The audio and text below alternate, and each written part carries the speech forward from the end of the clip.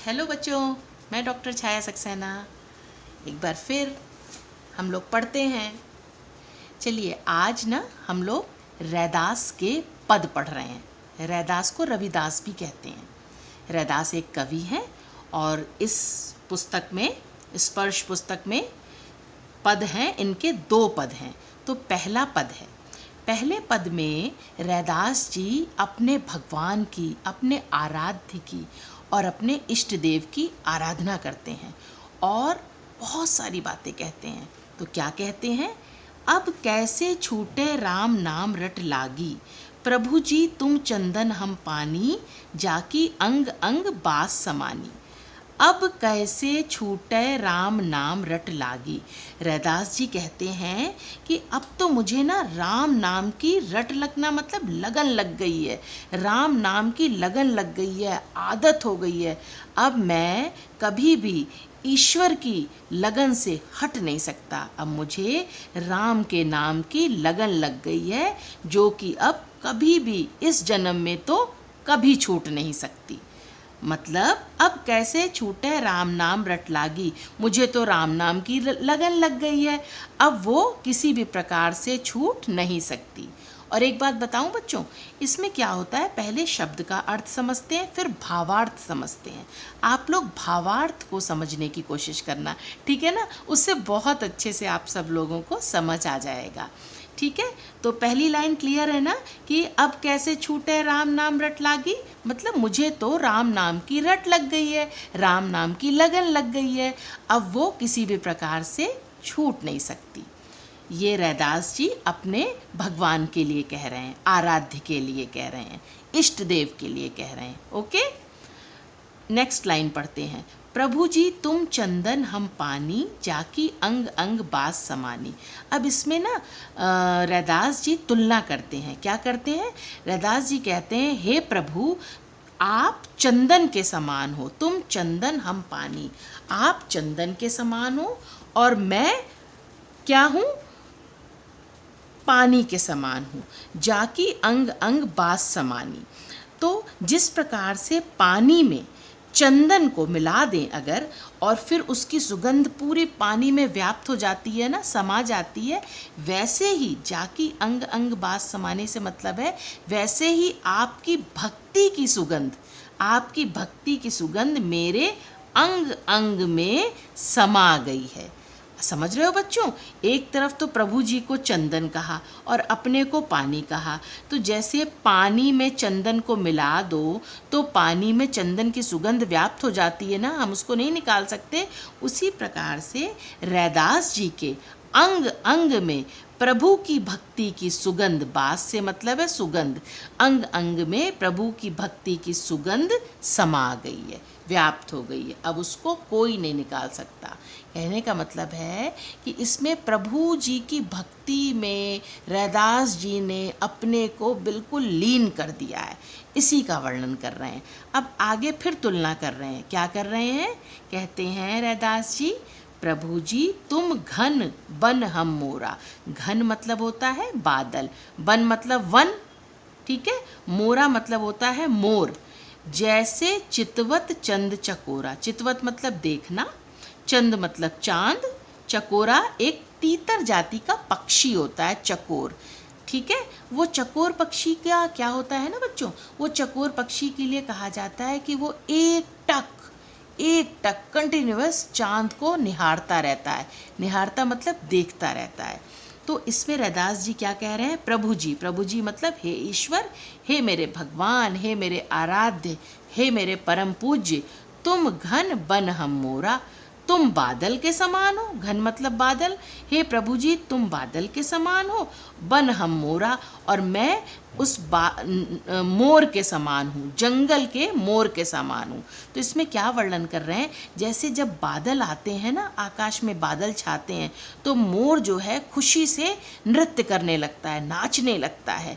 वैसे ही मेरा मन आपकी भक्ति में रम करके हर वक्त नृत्य करता रहता है। समझ रहे हो बच्चों? तुम घन, घन मतलब तुम बादल के समान हो और मैं जंगल में नाचते हुए मोर के समान हूँ। ये तो शब्दार्थ हुआ। अब इसका जो भाव है, भाव क्या है कि जैसे बादल आते हैं और मोर बादलों को देख के खुशी में नाचने लगता है, वैसे ही मैं रैदास अपने प्रभु की भक्ति में लीन होकर नाचता रहता हूँ। और दूसरा, जैसे चितवत चंद चकोरा। अब वही बात आ गई कि जैसे चकोर एक पक्षी होता है, चकोर नामक पक्षी, चंद मतलब चांद को एक टक निहारता रहता है, उसके प्रेम में एक टक उसको देखता रहता है, वैसे ही मैं रैदास अपनी प्रभु की भक्ति में एक टक प्रभु को देखने से मतलब है प्रभु की भक्ति में लगातार लीन रहता हूँ। बिल्कुल प्रभु की भक्ति में मैं समा जाता हूँ, प्रभु की भक्ति में मैं अपने को समर्पित कर देता हूँ लगातार। प्रभु जी तुम दीपक हम बाती, जाकी ज्योति बरै दिन राती। हे प्रभु जी मतलब हे ईश्वर, हे भगवान, तुम दीपक, दीपक मतलब दिया, आप दिए के समान हैं, दीपक के समान है। हम बाती, हम मतलब रैदास जी अपने को कह रहे हैं, मैं उसमें जलती हुई बाती के समान हूँ। बाती जो दीपक में रुई की बत्ती बनाई जाती है ना, जो दीपक में डाली जाती है, तो मैं उस बत्ती के समान हूँ, बाती के समान हूँ। और प्रभु जी हे ईश्वर आप दीपक के समान है। जाकी ज्योति बरे दिन राती, जिसकी ज्योति रात दिन लगातार जलती रहती है। मतलब जैसे दीपक में जो बाती होती है ना, वो लगातार जलती रहती है दिन रात, वैसे ही मैं जो बाती के समान हूँ, मैं रैदास जो बाती के समान हूँ, वो आपकी भक्ति में स्वयं को समर्पित करके दिन राती मतलब रात दिन आपकी भक्ति में स्वयं को समर्पित करके लीन रहता हूँ। समझ रहे हो बच्चों कि मैं बाती के समान रात दिन आपकी भक्ति में लीन रहता हूँ, आपकी भक्ति के अलावा मुझे कुछ नहीं सूझता। प्रभु जी तुम मोती हम धागा। अब फिर तुलना कर रहे हैं रैदास जी कि हे ईश्वर, हे प्रभु, आप मोती के समान हो, मोती के समान पवित्र हो, चमकदार हो, उज्जवल हो, और मैं मोती में पिरोए हुए धागे के समान हूँ।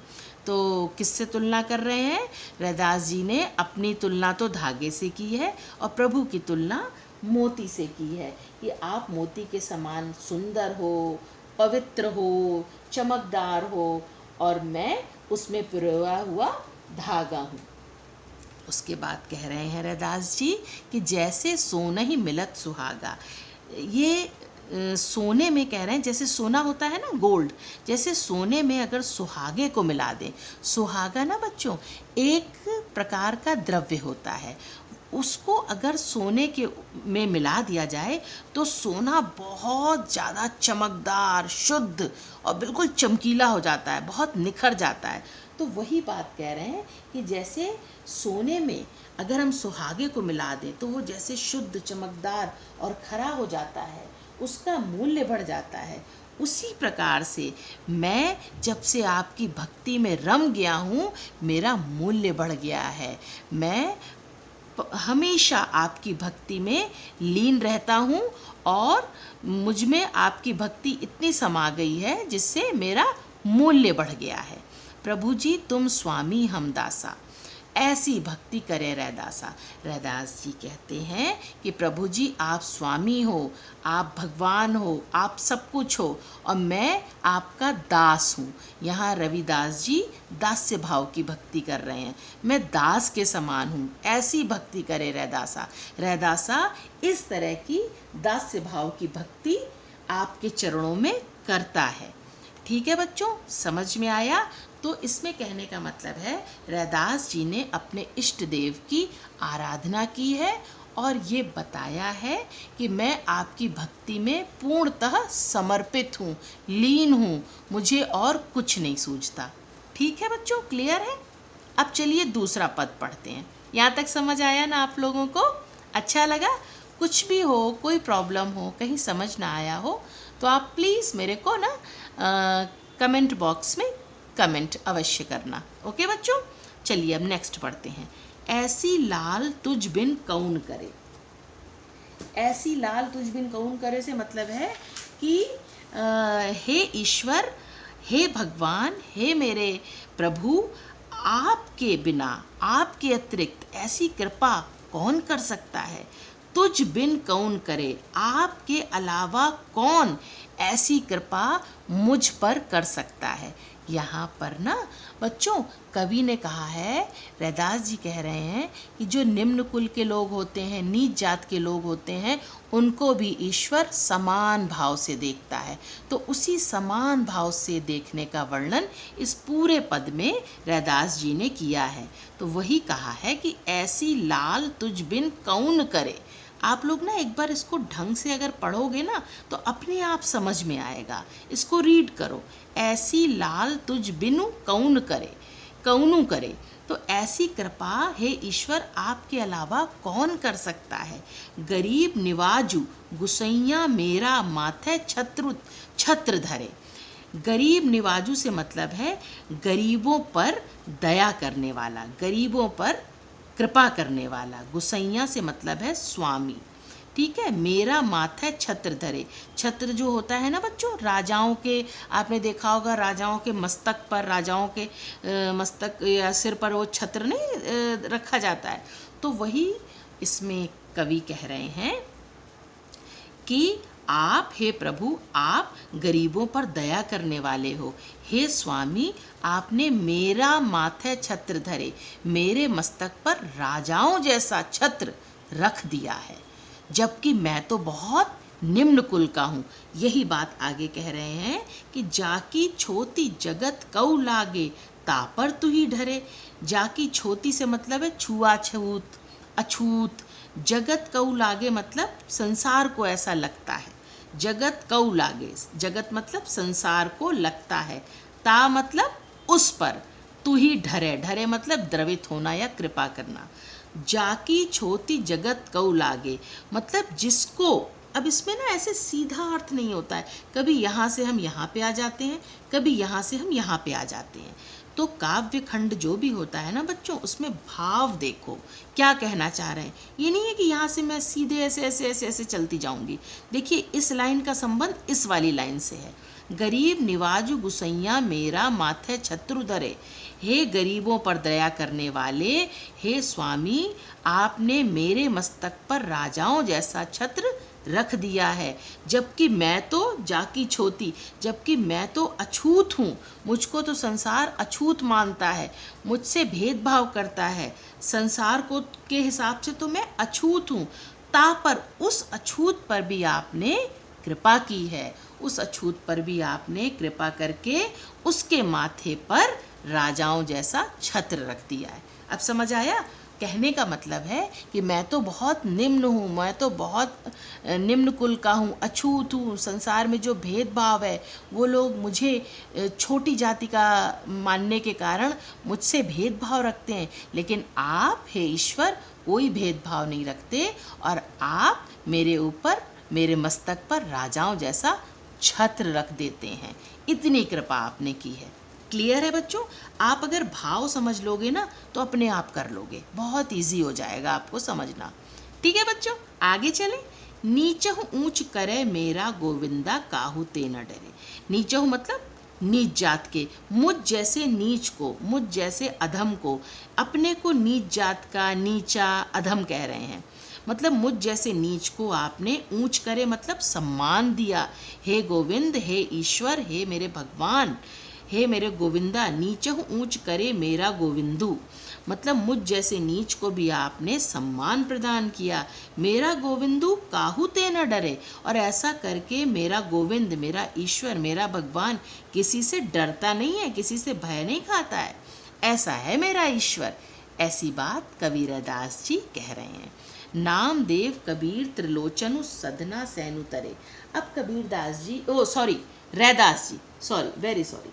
अब रैदास जी क्या कह रहे हैं कि रैदास जी कह रहे हैं कि हे ईश्वर, आपकी कृपा से ही नामदेव और कबीर, बेटा ये नामदेव और कबीर ना जुलाहे थे, वैसे ये संत थे, लेकिन जो इनका काम जो था ना, करते थे, जुलाहे का काम करते थे, और इनको उस ज़माने में निम्न कुल का माना जाता था। तो क्योंकि ये जुलाहे का काम करते थे, कपड़ा बुनने का काम करते थे, वैसे ये संत थे।